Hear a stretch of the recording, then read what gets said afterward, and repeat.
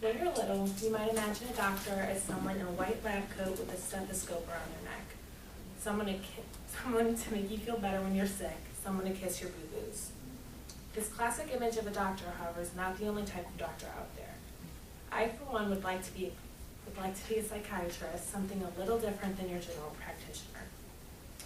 This leads me to what I would like to talk about today, which is the good, the bad, and the ugly of psychiatry. That is, the benefits, the downfalls, and a little bit about their ugly history. Let's begin by talking about the benefits. The first and most obvious benefit is the salary. In recent job postings, government-run USA Jobs reported that the annual salary of a psychiatrist can range from $98,000 to $250,000. Now, I don't know about you, but $250,000 a year is good enough for me. Another benefit is that they have a fairly regular schedule depending on where you work.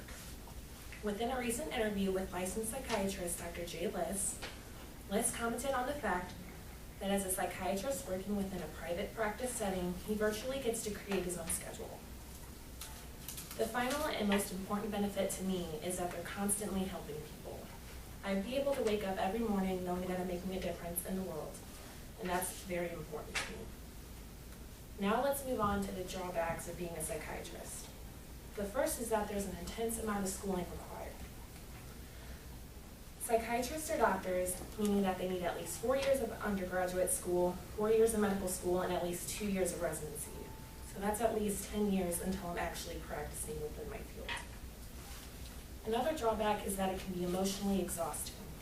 Within our interview, Dr. Liss said that the hardest part of being a psychiatrist is hearing the horrors that can occur within patients' lives.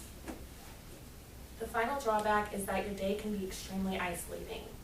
There's a strict doctor-patient confidentiality, so many psychiatrists spend most of their day alone.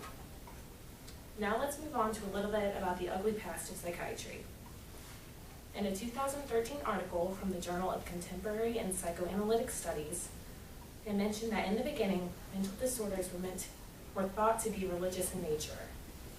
That means that mental illnesses were first seen as something inflicted by sin, so the people suffering from them were immediately blamed.